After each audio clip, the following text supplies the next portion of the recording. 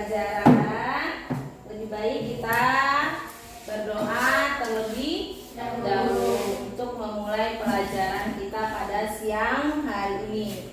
Walaupun cuacanya panas, kita tetap semangat. Makanya kita doa awali dengan doa. Ayo ketua kelasnya.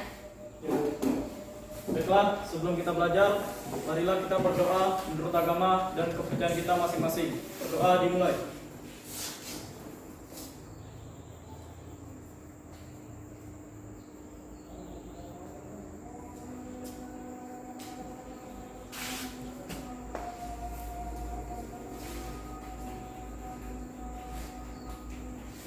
Berdoa selesai.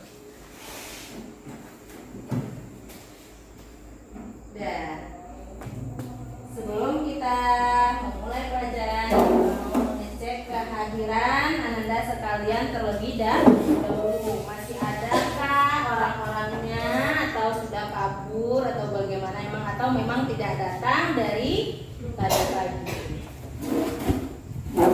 Gimana ketua kelasnya? Aman? Aman. Ada yang sakit, Alfa atau bagaimana? Ada. Ibu panggil ya, Ibu ambil daftar hadirnya. Eka Dela, Revi, Wita, Lestari, Cinta Sitorus, Desi Ratnasari, Preti Pasca, Arnanda, Junaidi, sakit, Esther.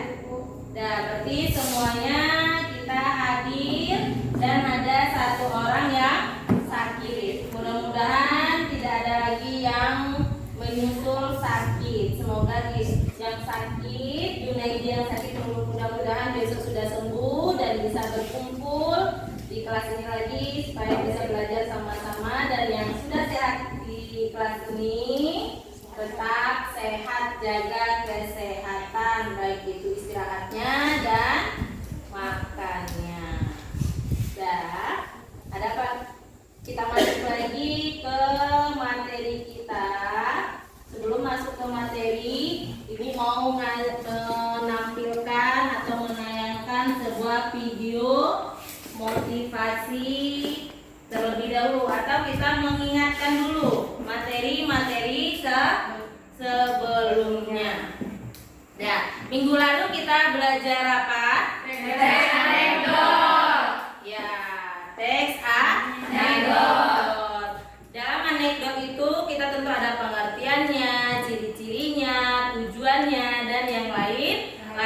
Siapa yang bisa atau yang masih ingat apa itu yang dimaksud dengan teks anekdot?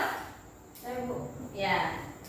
Teks anekdot adalah sebuah cerita atau kisah yang mengandung sifat lucu. Meskipun teks anekdot berisi cerita lucu, tetapi teks anekdot juga bisa memiliki banyak maksud yang biasanya digunakan untuk menyampaikan kritik. Banyak yang menganggap bahwa teks anekdot merupakan cerita yang berisi rangkaian beberapa kalimat. Namun, kriteria teks anekdot bukan hanya lucu, tetapi bisa menyampaikan maksud penulis. Ya, ciri-cirinya bagaimana? Ya, Preti. Ciri-ciri teks anekdot mampu menghibur dan membuat tertawa, memiliki sifat menggelitik, memiliki sifat menyindir, bisa jadi mengenai orang penting, memiliki tujuan tertentu, kisah cerita yang disajikan hampir menyerupai dongeng, menceritakan tentang karakter hewan dan manusia sering terhubung secara umum dan realistis. Ya, itu ciri-ciri teks anekdot. Dan terakhir tanya tujuan teks anekdot itu untuk apa? Ya. Tujuan teks anekdot memiliki 3 tujuan yang ingin disampaikan kepada pembaca, mulai dari membangkitkan tawa pembaca sebagai sarana hiburan dan tentunya sebagai sarana untuk mengkritik. Ya, berarti Anda sekalian sudah memahami dan masih ingat pembelajaran minggu lalu. Sekarang ini kita akan masuk ke pembelajaran yang baru, yaitu mengenai teks hikayat. Sebelum kita memulai pelajaran, Ibu akan menampilkan video motivasi dari BJ hari.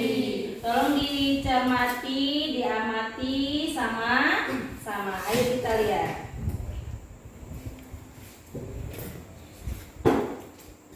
Ini teksnya berjudul mengapa harus tetap belajar.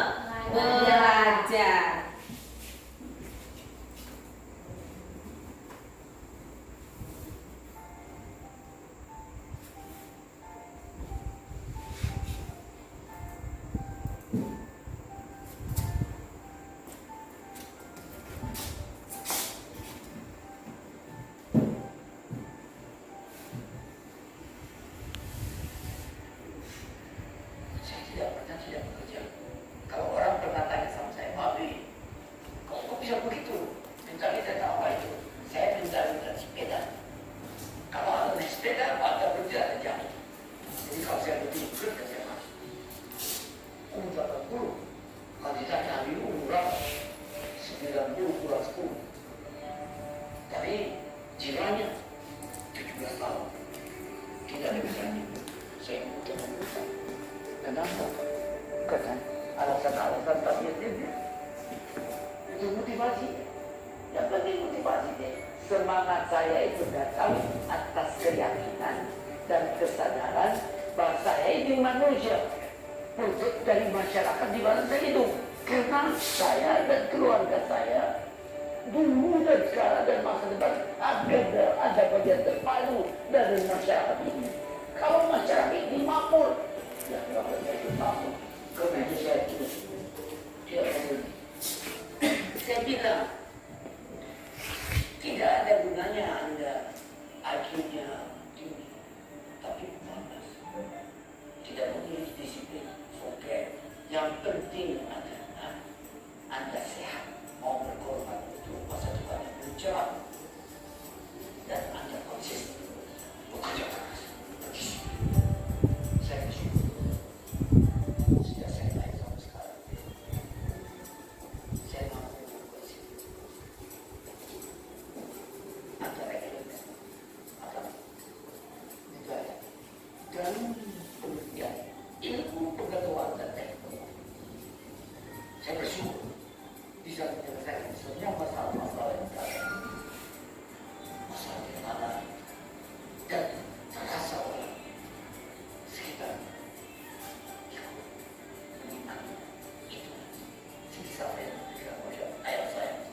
Saya kira ayah yang cerah dan memberikan kehidupan kepada sekitar.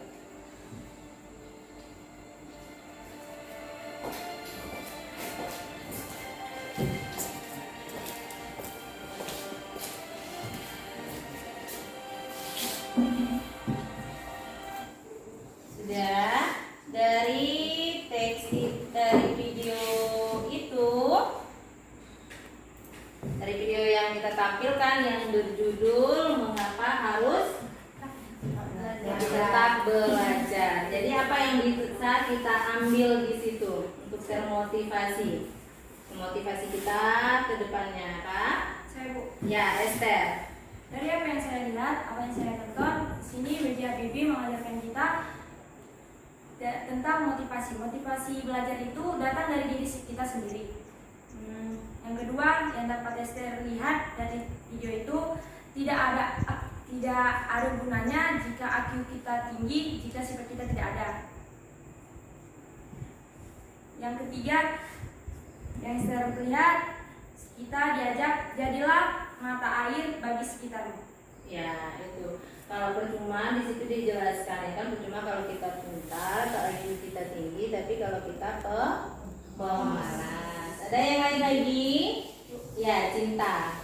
Kesimpulan dari video yang saya lihat barusan Bu, jadi itu kan judulnya mengapa kita harus tetap belajar. Jadi kesimpulannya adalah belajar tidak menentukan umur sebagai patokan untuk kita belajar. Jadilah manusia yang selalu berpikir mudah walaupun usia sudah lebih muda Bu. Oh ya, Untuk masa diri, untuk kita sendiri dan lingkungan sekitar. Dan dari tadi kata-kata yang sebagai motivasi kita, jadilah air yang jernih bagi lingkungan sekitar. Jadi kita harus bisa menjadi manusia yang memotivasi orang di sekitar kita. Ya, jadi kita harus bisa bermanfaat untuk orang di sekitar kita. Itu ya, kita kita lanjutkan ke materi kita. Minggu lalu sudah kita bahas dan juga sudah kita tampilkan video motivasinya. Tentu sudah semangat lagi untuk mengikuti pembelajaran kita, yaitu mengenai teks hikayat yang itu kita ambil pada KD 3.7 dan KD 3.4. Lihat di sini di mana ada kompetensi dasarnya. Kita di sini ada 2 kompetensi dasarnya. Yang pertama 3.7 dan yang kedua 4.7. Yang pertama 3.7, yang pertama itu mengidentifikasi nilai-nilai dan isi yang terkandung dalam teks cerita rakyat atau hikayat, baik lisan maupun tulisan. Yang untuk 4.7 itu yang akan kita pelajari di pertemuan kedua, itu menceritakan kembali isi cerita rakyat atau hikayat yang didengar dan dibaca. Jadi pada pertemuan pertama ini kita akan membahas atau mempelajari 3.7, mengidentifikasi nilai-nilai dan isi yang terkandung dalam teks cerita rakyat atau hikayat, baik lisan maupun tulisan. Di sini ada indikator pencapaian kompetensinya. Di sini ada 2 indikator pencapaian kompetensinya. Yang pertama, siswa itu dituntut mampu mengidentifikasi nilai-nilai yang terkandung di dalam teks hikayat, baik itu didengar maupun dibaca. Yang kedua, siswa itu dituntut mampu menentukan isi yang terkandung di dalam teks hikayat. Nah, jadi itu yang akan kita bahas pada pertemuan kali ini. Ada yang mau ditanyakan? Bu, saya ingin bertanya. Ya. Apa manfaat kita mempelajari nilai-nilai hikayat?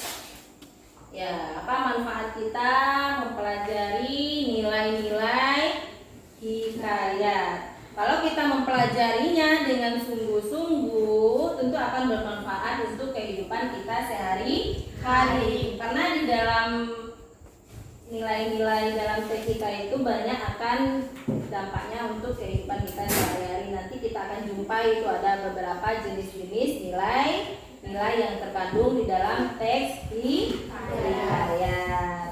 Ada lagi yang mau ditanyakan?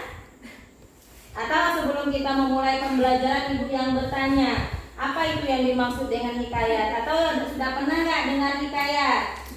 Sudah. Apa itu hikayat? Saya, Bu. Ya, Esther. Hikayat adalah karya sastra lama atau cerita Melayu klasik yang menonjolkan unsur-unsur pencerita, kestabilan dan kesaktian tokoh-tokohnya, yang berguna sebagai pelipur lara, pembangkit sebagai juang, atau sekedar untuk meramaikan pesta. Ya, itu pengertian dari hikayat. Lihat di sini, lihat. Bisa dilihat di papannya. Di situ ada pertanyaan, apa itu cerita rakyat atau hikayat? Berarti sebelum munculnya hikayat itu tentu ada cerita rakyatnya terlebih dahulu. Jadi apa itu cerita rakyat? Bisa dilihat di situ. Cerita apa?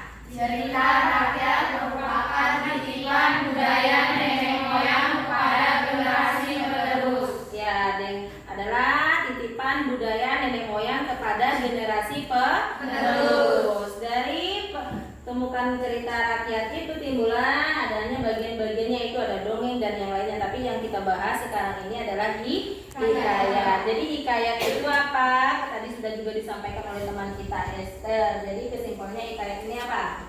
Hikayat merupakan cerita Melayu klasik yang menonjolkan unsur penceritaan, kebiasaan, kesabaran, dan kesaktian tokoh-tokohnya. Ya, udah pintar semua ini. Nah, kita lanjut ya. Coba ada 3 fungsi cerita rakyat yang harus kita ketahui. Yang pertama ada apa? Sebagai sarana hiburan. Ya, yang kedua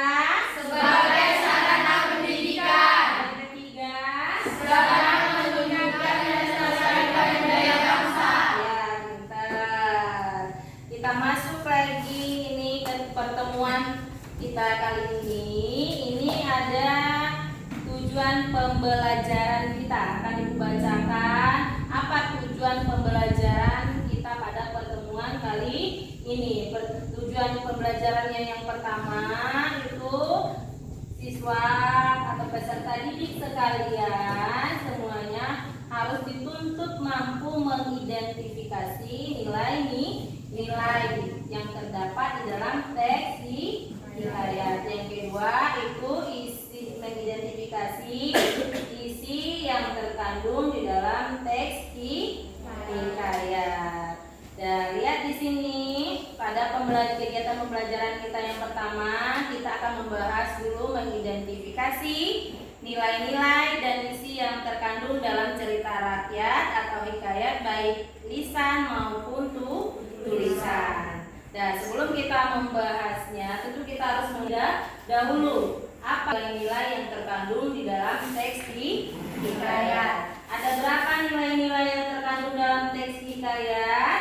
Ada 5. Ada 5. Yang pertama Nilai agama, nilai moral, nilai budaya, nilai sosial, nilai edukasi. ya, atau nilai pendidikan. Nah, itu yang terdapat ada 5 nilai-nilai yang terdapat di dalam teks hikayat. Dijelaskan yang pertama ada nilai agama, yaitu nilai yang berkaitan dengan agama atau ketuhanan. Yang kedua nilai moral. Nilai moral itu adalah nilai yang berkaitan dengan kemanusiaan. Nilai yang ketiga adalah nilai budaya. Nilai budaya ini adalah nilai yang berkaitan dengan pola hidup pada suatu masyarakat tertentu yang ada pada zamannya. Yang keempat nilai sosial, nilai yang berkaitan dengan hakikat manusia sebagai makhluk yang senantiasa berinteraksi dengan orang lain serta tidak dapat hidup sendiri. Yang kelima nilai edukasi atau pendidikan, nilai yang berkaitan dengan segala hal yang berbentuk pendidikan dalam artian yang umum atau luas. Itu yang dimaksudkan dengan nilai. Berarti nilai-nilai yang terkandung dalam teks hikayat itu ada 5. Bisa diingat? Bisa, Bu. Kemana? Kemana? Ke WC. Oh ya, cepat ya. Nah, sebelum kita lanjutkan, kita lihat ini. Ada contoh hikayatnya. Coba lihat, bisa dilihat. Dan bisa dilihat contoh hikayat Bunga Kemuning. Nah, coba baca, pahami teksnya. Bunga hikayat Bunga Kemuning. Nah, bisa dilihat. Di situ ada beberapa contoh, lihat ada beberapa contoh yang bisa kita ambil nilai-nilai yang terkandung di dalam teks hikayat Bunga Kemuning. Tolong siapa yang bisa memberikan contohnya? Ini yang berkaitan dengan nilai budaya. Saya, Bu. Siapa? Saya, Bu. Nilai budaya, misal ya, misal. Nilai budayanya kita ambil duluan kutipan teks, tetapi itu terlalu sibuk dalam kepemimpinannya karena ia tidak mampu untuk mendidik anak-anaknya. Istri sang raja sudah meninggal ketika melahirkan anaknya yang bungsu, sehingga anak sang raja diasuh oleh inangnya. Konsep nilai yang kita ambil dari sini ialah di kerajaan anak raja diasuh oleh inang pengasuh. Nilai yang kita ambil adalah nilai budaya. Lanjut.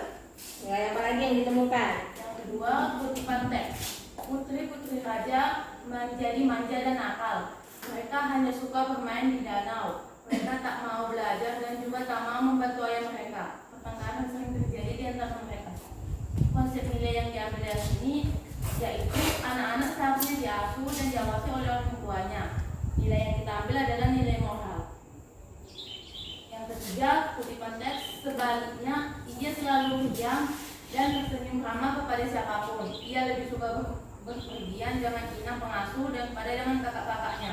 Tanpa ragu, Putri Kuning mengambil sapu dan mulai membersihkan taman itu. Daun-daun kering dimasukkannya, rumput liar dicabutnya, dan daun-daun pohon dipangkasnya hingga rapi. Konsep nilai yang kita ambil dari sini, satu, tidak melihat perbedaan status sosial. Dua, suka membantu orang lain. Tiga, memiliki jiwa sosial yang tinggi. Nilai sosial yang terkandung dalam teks itu ialah nilai sosial. Keempat, kutipan teks. Kakaknya menangkapnya dan memukul kepalanya. Tak disangka pukulan tersebut menyebabkan Putri Kuning meninggal. Konsep nilai yang kita ambil, seorang manusia sebagai umat beragama harus selalu berbuat baik kepada manusia, kepada semua orang, termasuk kepada orang yang berbuat jahat kepadanya. Nilainya, nilai agama, nilai edukasi. Raja mengirim putri-putrinya di tempat jauh untuk belajar dan mengasah budi pekerti. Maka ia pun mengirim putri-putrinya untuk sekolah di luar negeri yang jauh. Itu adalah nilai edukasi. Ya, di situ sudah ketemu. Yang lainnya juga sudah menemukan ya kan? Dan ini ada 5 nilai-nilai hikayat yang ditemukan di dalam teks Bunga Kemuning. Ada nilai budaya, nilai moral, sosial, agama, dan pendidikan atau edukasi. Itu udah bisa dilihat di contohnya di depan ya kan? Udah bisa? Nah, kita lanjut lagi untuk ke ada pertanyaan nggak?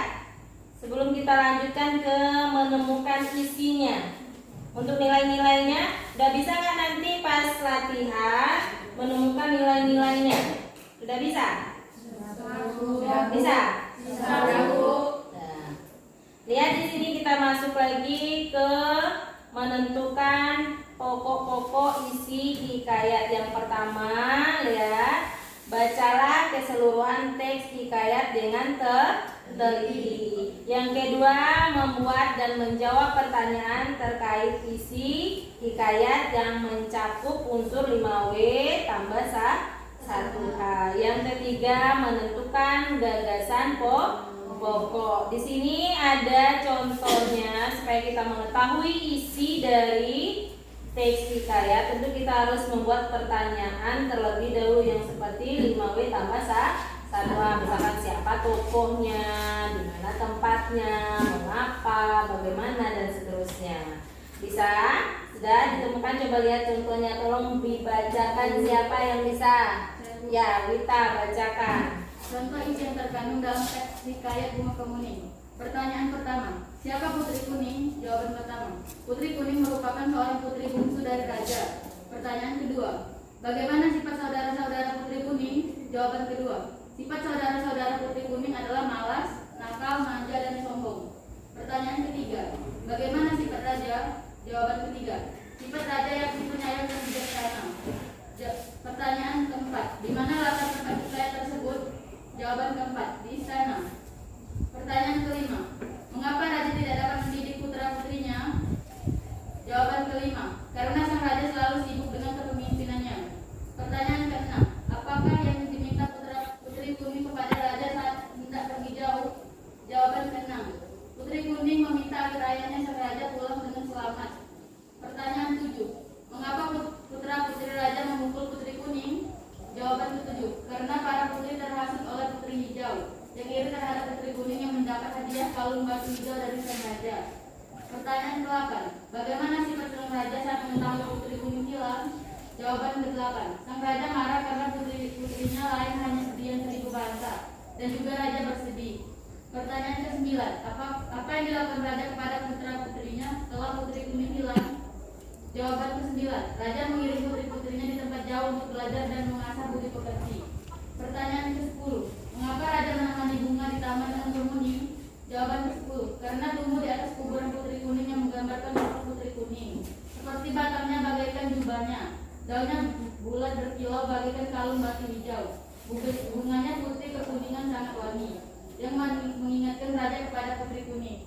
Ya, itu isi dari teks hikayat Bunga Kemuning dari pertanyaan 5W tambah 1H. Ada pertanyaan? Nah, bisa dipahami untuk latihan nanti? Ya, kita lanjutkan ke menemukan pokok-pokok isinya. Di situ tentu ada setiap paragraf, setiap cerita itu tentu mempunyai pokok-pokok isi. Ya, siapa yang bisa menjelaskan atau membacakan pokok-pokok isi yang terdapat dalam hikayat Bunga Kemuning? Siapa? Ya, Dila. Kutipan teks hikayat yang pertama. Dahulu kala di suatu daerah ada seorang raja yang mempunyai 10 orang putri yang diberi nama Putri Jambon, Putri Jingga, Putri Nila, Putri Hijau, Putri Kelabu, Putri Biru, Putri Oren, Putri Merah Merona, dan Putri Kuning. Istri raja tersebut meninggal dunia setelah melahirkan Putri Kuning. Kesembilan putri raja tersebut sangat manja dan nakal, sangat berbeda dengan si bungsu, yaitu Putri Kuning yang ramah dan baik hati. Isi pokoknya, seorang raja mempunyai 10 orang putri dan istrinya meninggal saat melahirkan putri ke-10, yaitu Putri Kuning. Kutipan teks hikayat yang kedua. Ketika raja pulang, beliau memberi Putri Kuning sebuah kalung batu hijau. Putri Hijau merasa cemburu. Ia bersama saudaranya yang lain pun memukul kepala Putri Kuning hingga Putri Kuning meninggal. Tanpa pengetahuan orang-orang istana pun, ke-9 putri mengubur Putri Kuning. Isi pokoknya, ketika pulang, raja memberi Putri Kuning sebuah kalung batu hijau dan membuat Putri Hijau merasa cemburu. Kutipan teks hikayat yang ketiga. Pada suatu hari, tumbuhlah sebuah tanaman di atas kuburan Putri Kuning. Karena tanaman tersebut terlihat seperti Putri Kuning, maka raja menamainya dengan Putri Kemuning. Isi pokoknya, pada suatu hari tumbuhlah sebuah tanaman di atas kuburan Putri Kuning. Ya, itu adalah identifikasi pokok-pokok isi hikayat Bunga Kemuning. Nanti kalau seperti itulah kita menemukan nilai-nilainya, isi yang terkandung di dalam teks hikayat. Ya, ada pertanyaan? Tidak ada, Bu. Kalau tidak ada, kita lanjutkan ke lembar kerja kita. Kita akan bekerja. Sebelum kita nanti Ibu tampilkan, ya. Ibu tampilkan videonya. Ya, nanti kalian menentukan nilai-nilai. Tadi ada berapa nilai-nilainya? Ada 5 nilai agama, moral, sosial, budaya, dan edukasi. Nanti kalian menentukannya sambil memperhatikan video yang Ibu tayangkan. Dan setelah menemukan nilai-nilainya, kalian harus menemukan lagi, Anda sekalian harus menemukan isi yang terkandung di dalam teks hikayat. Baik itu berupa pertanyaan 5W tambah 1H dan pokok-pokok isinya. Bisa? Bisa. Nah, Ibu kasih ini videonya. Sebelum Ibu tayangkan videonya, Ibu kasihkan dulu lembar kerjanya. Nanti dijawab di sini ya, sambil memperhatikan, menyimak dari teks, dari video kita, video dari Si Miskin ya. Nanti judulnya dilihat.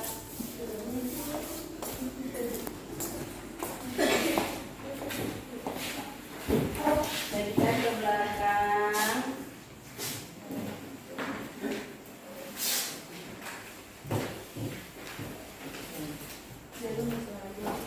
Dan sebelum mengerjakannya, lihat Ibu sampaikan dulu langkah-langkahnya. Dan nanti yang sebelum kalian secara individu dengarlah video hikayat berjudul Si Miskin dan Maha Kaya dengan cermat. Ketika sebelum kita harus mendengarnya dengan cermat supaya kita bisa menemukan nilai-nilai dan isi yang terkandung dalam hikayat. Yang kedua itu waktunya Ibu kasih 40 menit. Setelah waktu habis, kita akan Ibu tanyakan jawaban-jawaban yang kalian atau yang Anda sekalian temukan. Dan Boleh mulai dari sekarang disimak videonya secara cermat dan penuh konsentrasi. Ambil bagian-bagian yang bisa diambil.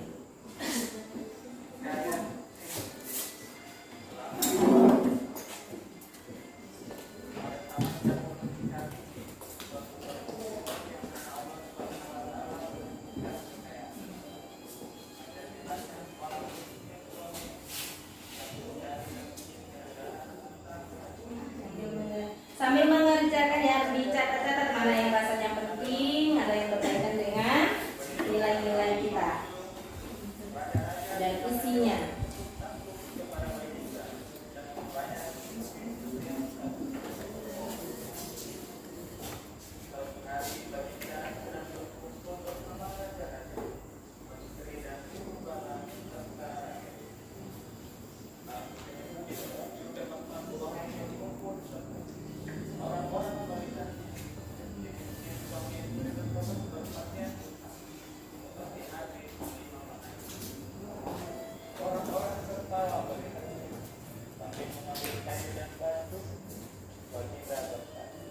Ada apakah jarangan di luar itu? Para raja menjawab, ya Tuanku Syah Allah, orang melempari miskin Tuanku. Baginda berkata, usirlah jauh-jauh. Setelah hari mulai malam, Baginda masuk ke dalam istana. Seluruh raja, menteri dan seluruh bala serta rakyatnya pulang ke rumah. Sedangkan ketika malam dia tidur di dalam. Setelah siang harinya dia kembali masuk ke dalam negeri tersebut untuk mencari rezeki. Tapi ketika sampai di dalam kampung, warga melihatnya pun ikut mengusir dengan air dan dijebur lagi ke dalam kampung. Apabila orang pasar melihatnya, maka orang pasar melemparinya lagi mainan kayu. Dipanggil perjalanan karena lapar dan haus. Ketika bertemu tempat sampah dia berhenti. Carinya makanan di atas tempat sampah. Tidak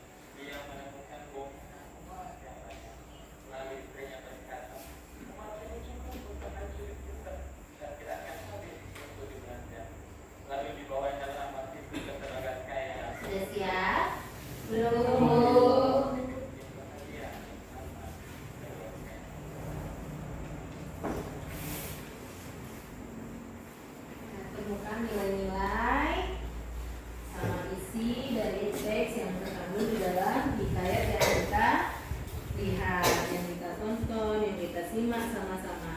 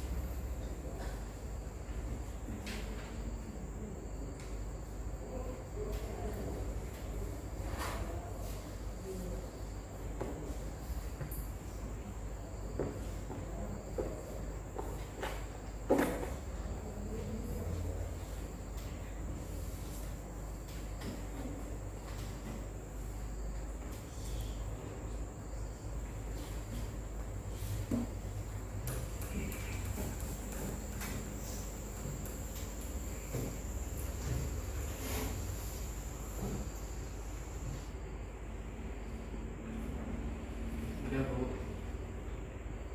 Sudah selesai semuanya? Sudah, Bu. Ya, sudah selesai semuanya. Sebelum dikumpulkan tugasnya, kita koreksi sama-sama dan bisa kita memperbaiki mana yang benar dan mana yang salah. Yang pertama kita akan membahas apa? Isi pokok atau nilai-nilai dulu? Nilai sesuai dengan indikator pencapaian kompetensinya. Yang pertama 3.7.1 yaitu mengidentifikasi nilai-nilai yang terkandung di dalam teks hikayat. Yang kedua baru 3.7.2 mengidentifikasi isi yang terkandung di dalam teks hikayat. Baik, kita coba dulu membahas latihannya yang berkaitan dengan nilai-nilai. Tentu yang lainnya sudah siap juga ya kan? Ya, Bu. Ya, nanti mana rasanya yang kurang pas atau sama. Itu kalau memang kurang pas rasanya perbaiki. Kalau memang rasanya sama berarti semua jawabannya sama. Dan kita mulai dari nilai-nilai yang terkandung dalam teks hikayat si miskin dan Mahabharata. Siapa yang dulu mau menyampaikan hasil kerjanya yang berkaitan dengan nilai-nilai yang terkandung di dalam teks hikayat tersebut? Ya, siapa? Revi. Pernyataan 1. Kisah dimulai ketika Raja Keindaran terkena sumpah dan hidup sengsara dalam hutan di negeri Antabrata yang dikuasai oleh seorang raja bernama Indradewa. Kedua pasangan tersebut sering disebut sebagai ia miskin yang setiap hari selalu mendapat siksaan dan penganiayaan dari penduduk setempat, seperti melempari batu. Nilai moral. Bukti yang mendukung kedua pasangan tersebut sering disebut sebagai si miskin yang setiap hari selalu mendapat siksaan dan penganiayaan dari penduduk setempat, seperti melempari batu. Ya, semuanya sama jawabannya? Hampir Hampir sama semua. Dan untuk nilai yang kedua ada yang menemukan nilai apa lagi? Ya, Preti, si cantik. Pernyataan teks kedua. Beberapa tahun kemudian, si miskin dan istri diberikan momongan seorang anak laki-laki yang bernama Marakarma, yang artinya anak dalam kesukaran. Dia adalah anak sematawayang si miskin dan istrinya, sehingga dirawat dengan penuh kasih sayang. Suatu hari, si miskin menggali tanah dan menemukan ranjau yang berisi emas yang bisa digunakan hingga ke anak cucunya. Dengan kuasa Allah, pada tempat tersebut berdiri sebuah kerajaan lengkap dan yang diberi nama Puspasari. Nilai agama. Bukti yang mendukung dengan kuasa Allah, pada yang diberi nama Puspa, tempat tersebut berdiri sebuah kerajaan lengkap sari. Ya, selanjutnya mau nilai apa lagi yang ditemukan? Oh, masih ada berapa yang ditemukan? 2. Ya, terus Pernyataan teks ketiga. Setelah berdirinya kerajaan, mereka kemudian berganti nama menjadi Maharaja Indra Angkasa dan istrinya berganti nama menjadi Tuan Putri Ratna Dewi. Kebahagiaan mereka bertambah dengan kehadiran seorang anak perempuan bernama Nina Kesuma. Dengan kehidupan yang lebih baik, mereka tidak luput dari kejahatan orang sekitar mereka, seperti yang dilakukan oleh Maharaja Indra, dewa yang sangat iri dengan negeri Puspasari, dan kebaikan hati rajanya. Ia melakukan rencana jahat kepada keluarga Raja Indra Angkasa. Nilai moral. Bukti yang mendukung seperti yang dilakukan oleh Maharaja Indra Dewa yang sangat iri dengan negeri Puspasari dan kebaikan hati rajanya. Ia melakukan rencana jahat kepada keluarga Raja Indra Angkasa. ya. Ada lagi? Siapa? Ya, Desi. Nilai sosial yang pertama. Keduanya berlari ke hutan. Marakarma disangka sebagai seorang pencuri dan dibuang ke laut. Sedangkan Indra Kesuma ditemukan oleh raja mengindra salib. Nilai sosial yang kedua, Maratama hidup bersama nenek Kabayan dengan menjual bunga dan bertemu kembali dengan istrinya Cahaya Cahaya.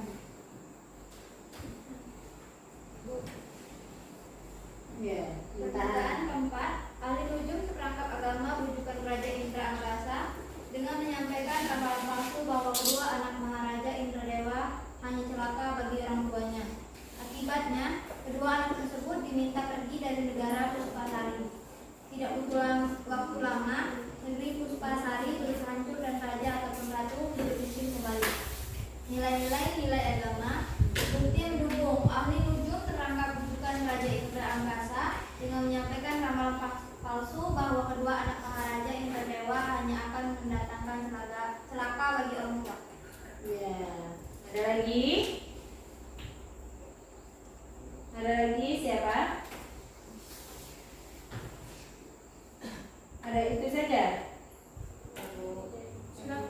Sudah. Berarti ada nilai agama, moral, budaya, dan sosial. Itu yang kita dapatkan di dalam teks hikayat si miskin dan Maratama. Dan bagaimana yang lainnya sama? Sama jawabannya? Hampir sama? Ya, hampir sama.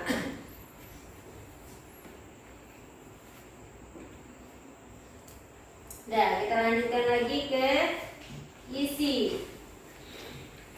Ya, kita lanjutkan lagi ke isi yang terkandung di dalam teks hikayat Maratama. Siapa yang bisa? Ya, isinya yang isinya Esther aja. Coba Esther. Ya, Esther. Isi yang terkandung dalam teks hikayat si miskin dan Maratama. 1. Siapa tokohnya? Sepasang si miskin dan istri. 2. Apa yang dilakukan? Mereka membuang anaknya bernama Maratama. 3. Dengan siapa ia melakukannya? Ibu, ayah, dan para ahli nujum.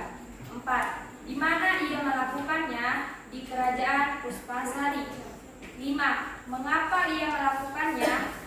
Ayahnya termakan perkataan para ahli nujum yang mengatakan bahwa anak itu membawa sial dan mereka harus membuangnya.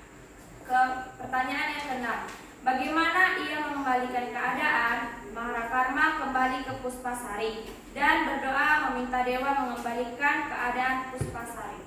Ya, itu isi yang terkandung dari teks hikayat si miskin dan Maratama yang berkaitan dengan pertanyaan 5W tambah 1. Dan kita masuk lagi yang terakhir sudah siap? Sudah. Yang isi pokoknya sudah. Ayo siapa dulu yang mau menyampaikan hasil kerja yang berkaitan dengan isi pokok dari teks hikayat si miskin? Ada? Ya, Vivi. Isi pokoknya bisa dimulai ketika seorang raja Kinderan terkena sumpah Batara Indra. Bisa dimulai ketika seorang raja Kindera terkena sumpah Batara Indra. Raja dan istrinya menjadi miskin dan hidup sengsara dalam hutan di negeri Anta Branta yang dikuasai oleh seorang raja bernama Indradewa. Kedua pasangan tersebut sering disebut sebagai miskin yang setiap hari selalu mendapat siksaan dan penganiayaan dari penduduk setempat seperti melempari batu. Yang kedua, beberapa tahun kemudian si miskin dan istri diberikan momongan seorang anak laki-laki yang bernama Maratama yang artinya anak dalam kesukaran. Beberapa tahun kemudian si miskin dan istri diberikan momongan seorang anak laki-laki yang bernama Maratama yang artinya anak dalam kesukaran. Dia adalah anak sematawayang si miskin dan istri, sehingga dirawat dengan penuh kasih sayang. Suatu hari, si miskin menggali tanah dan menemukan tanjau yang berisi emas yang bisa digunakan hingga ke anak cucunya. Dengan kuasa Allah, pada tempat tersebut berdiri sebuah kerajaan lengkap yang diberi nama Puspasari. Ya. Ada lagi pokok yang berikutnya. Ya, Bu. Ya, Delia. Dari kutipan teks, setelah berdirinya kerajaan, mereka kemudian berganti nama menjadi Maharaja Indra Angkasa dan istrinya berganti nama menjadi Tuan Putri Ratna Dewi. Kebahagiaan mereka bertambah dengan kehadiran seorang anak perempuan bernama Nila Kesuma. Dengan kehidupan yang lebih baik, mereka tidak luput dari kejahatan orang sekitar mereka, seperti yang dilakukan oleh Maharaja Indra Dewa yang sangat iri dengan negeri Puspasari dan kebaikan hati rajanya. Dia melakukan rencana jahat kepada keluarga Raja Indra Angkasa. Isi pokoknya, setelah berdirinya kerajaan, mereka kemudian berganti nama menjadi Maharaja Indra Angkasa dan istrinya berganti nama menjadi Tuan Putri Ratna Dewi. Yang kedua, dari kutipan teks, ahli nujum terperangkat agama menunjukkan Raja Indra Angkasa dengan menyampaikan ramalan palsu bahwa kedua anak Maharaja Indra Dewa hanya celaka bagi orang tuanya. Akibatnya, kedua anak tersebut diminta pergi dari negeri Puspasari. Tak butuh waktu lama, negeri Puspasari turut hancur dan raja ataupun ratu hingga miskin kembali. Isi pokoknya, ahli nujum terperangkat agama menunjukkan Raja Indra Angkasa dengan menyampaikan ramalan palsu bahwa kedua anak Maharaja Indra Dewi hanya celaka bagi orang tuanya. Ya. Berikutnya. Saya Bu, Ya, Andra. kutipan teks dalam video tersebut saya menyimpulkan bahwa dari video hikayat Si Miskin dan Marakama, kutipan teks kelima, keduanya berlari ke hutan. Marakama disangka sebagai seorang pencuri dan dibuang ke laut. Sedangkan Nila Kesuma ditemukan oleh raja Manindra Sari dan telah menjadi istrinya yang kemudian berganti nama menjadi Mayang Manggurai. Nasib Marakama yang terhanyut hingga ditelan oleh ikan nun mempertemukannya dengan Cahaya Cairani dan Nenek Kebayan. Isi pokoknya, keduanya berlari ke hutan. Kutipan teks ke-6, Marakama hidup bersama Nenek Kebayan dengan menjual bunga dan bertemu kembali dengan istrinya Cahaya Cairani. Ia juga mengetahui Putri Mayang sebagai adik kandungnya berkat cerita Nenek Kebayan. Segera Marakama menemui adik dan pergi ke negeri Puspasari untuk menemui ibunya yang masih hidup menderita sebagai pemungut kayu. Akan mendatangkan celaka bagi orang tuanya. Isi pokoknya, Marakama hidup bersama Nenek Kebayan dengan menjual bunga dan bertemu kembali dengan istri Cahaya Cairani. Kutipan teks ke-7, Marakama meminta kepada dewa untuk mengembalikan negara Puspa agama Sari seperti sedia kala. Kesaktian Marakama dapat mengalahkan serangan dari negeri Antah Berantah yang dengki melihat kemakmuran negeri Puspasari. Marakama menjadi raja di Palunggam Cahaya atau negeri mertuanya, dan keluarganya hidup bahagia di negeri Puspasari. Isi pokoknya, Marakama meminta kepada dewa untuk mengembalikan negara Puspa agama Sari seperti sedia kala. Ya, itu. Berarti sudah semua, udah pintar-pintar dan bagus-bagus ini jawabannya. Sama semuanya jawabannya? Oke, kalau seperti itu udah siap semuanya, boleh tugasnya dikumpulkan ke depan.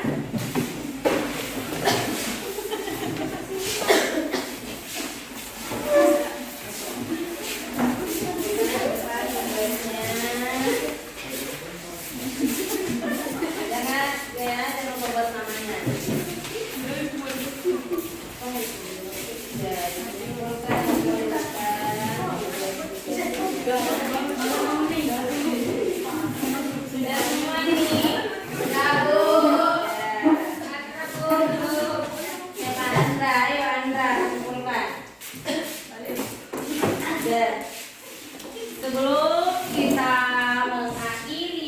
pertemuan kita kali ini sudah kita bahas juga hasil dari pengamatan video yang kita amati.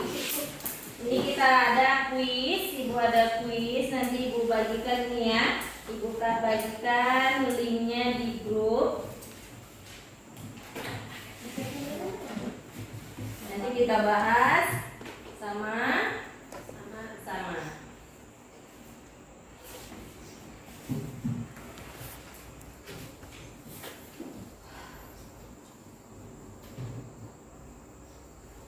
Nah, itu sudah Ibu bagikan itu.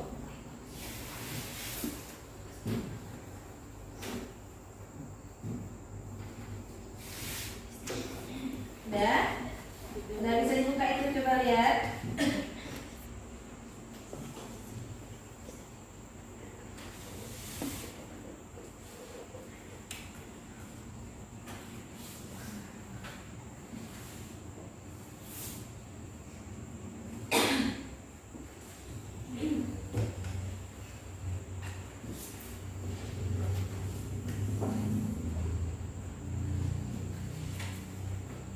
Dan ini passwordnya.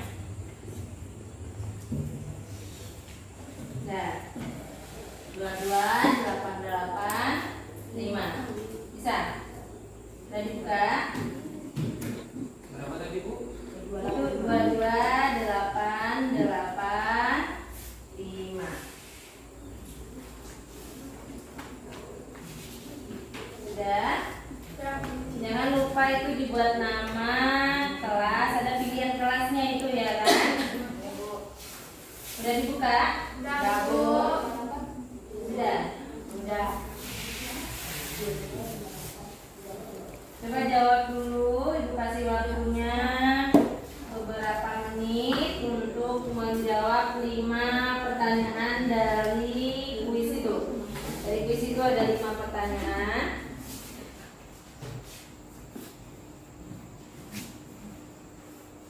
Berapa tadi? 22885.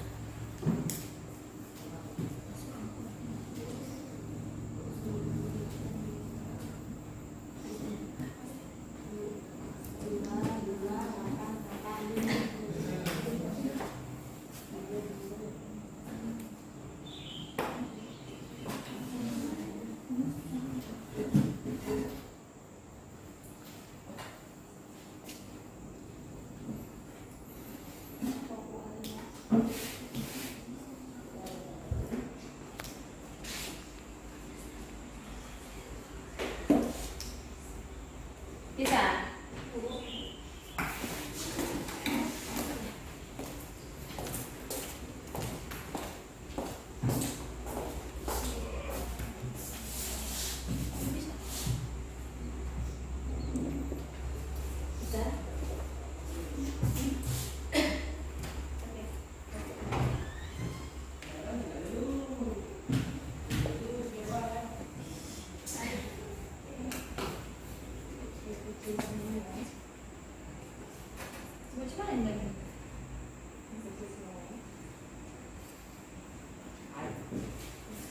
Udah?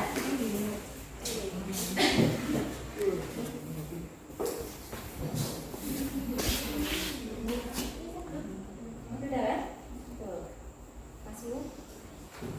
Koordinat.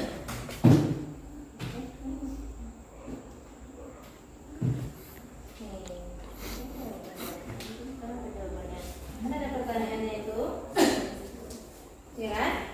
Ya Bu, ada pertanyaannya itu dijawab. Itu mana yang kamu anggap benar?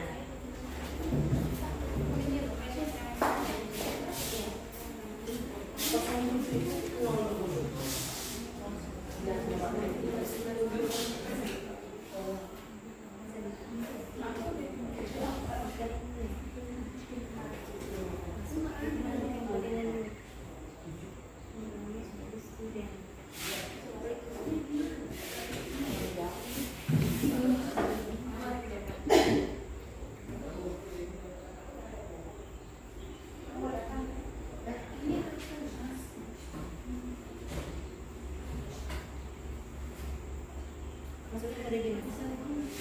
Yang tadi dua.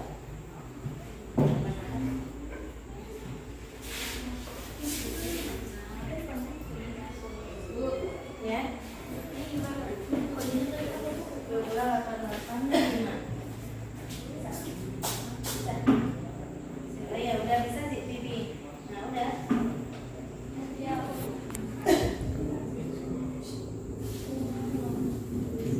Iya, ini soalnya. Udah bisa? Udah. Udah diisi? Udah Bu. Ya kita bahas sama-sama. Itu kan permanennya sedikit hanya 5 soal.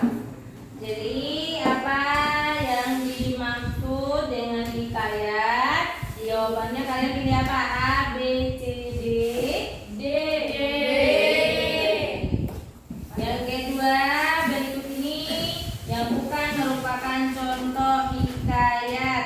Tadi pilihannya apa? Ada yang pertama apa tadi? A, Laskar Pelangi, B, Siraman, C, Si Miskin, dan D, Bangsa Indra. Kira-kira yang bukan tadi kalian pilih apa?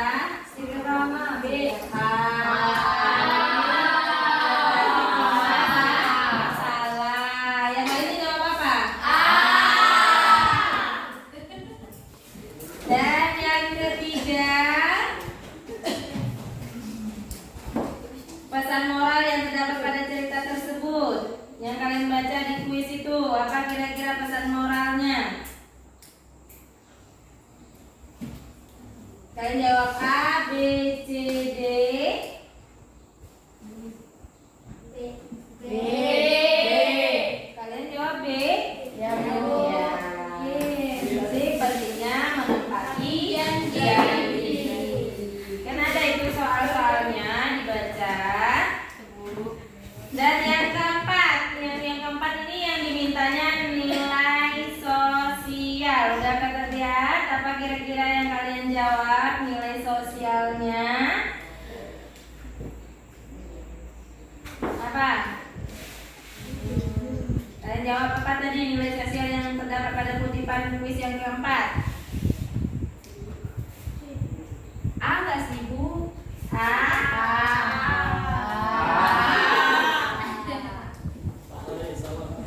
Yang kelima, nilai yang terkandung pada penggalan hikayat di atas nilai apa? Tadi kan minta kutipan, ini minta nilainya. Nilai apa? Bukan. Nilai moral itu Bu. Nilai Bu? Budaya. Berarti jawabannya B. Ada beberapa yang hanya benar 4. Dan ada yang selebihnya ada yang benar 1. Bisa ada 2 Bu. Bisa ada 2. Salah berapa? Salah 2. Dan salah benar 3. Berarti ada yang benar 4 dan ada juga yang benar 1. Dah, bisa dipahami untuk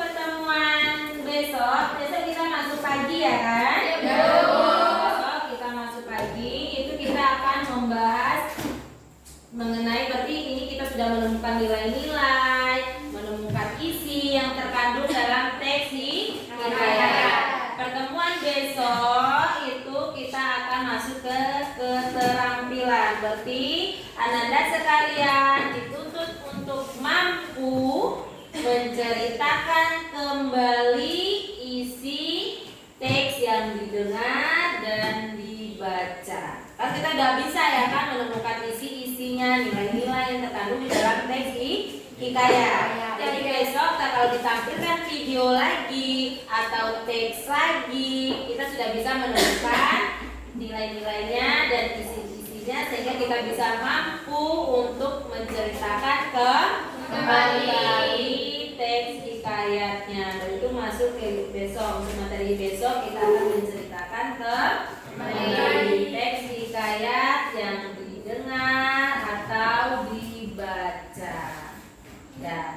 Sebelum kita mengakhiri, coba siapa yang bisa menyimpulkan? Siapa yang bisa menyimpulkan pertemuan kita pada materi hari ini mengidentifikasi nilai-nilai dan isi yang terkandung dalam teks hikayat. Siapa? Saya, Bu. Ya, Esther. Dari pembelajaran ini, kita dapat menentukan nilai-nilai dan isi terkandung dalam teks hikayat sesuai dengan langkah-langkahnya. Itu saja. Ada yang mau menambahkan? Ya, dari pembelajaran ini bisa kita, dari nilai-nilai itu bisa kita terapkan, mana yang bisa diterapkan dan mana yang tidak untuk dalam kehidupan kita sehari-hari. Ya, tetap semangat. Semangat. Kita di jam terakhir ya? Iya, Bu. Jadi setelah ini langsung pulang ke rumah. Dan ditutup dengan wassalamualaikum warahmatullahi wabarakatuh. Waalaikumsalam warahmatullahi wabarakatuh. Selamat siang, Bu.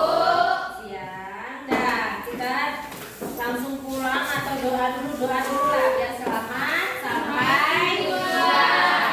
Ayo ketua kelas pimpin doanya. Baiklah, sebelum kita pulang, marilah kita berdoa menurut agama dan kepercayaan kita masing-masing. Berdoa dimulai.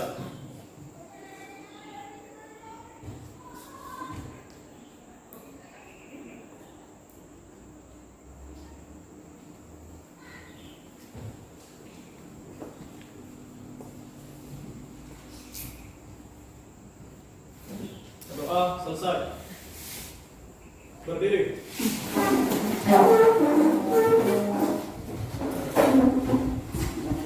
Boleh salah.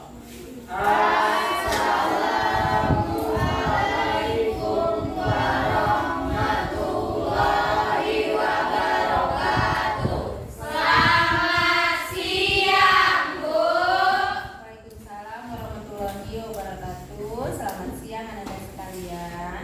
Nah, boleh pulang, hati-hati ya.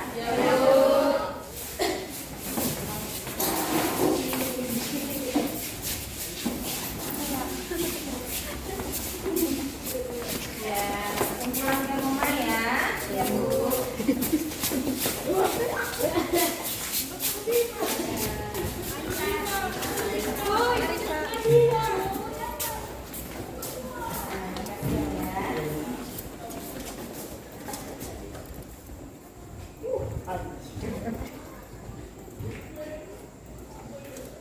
Sudah.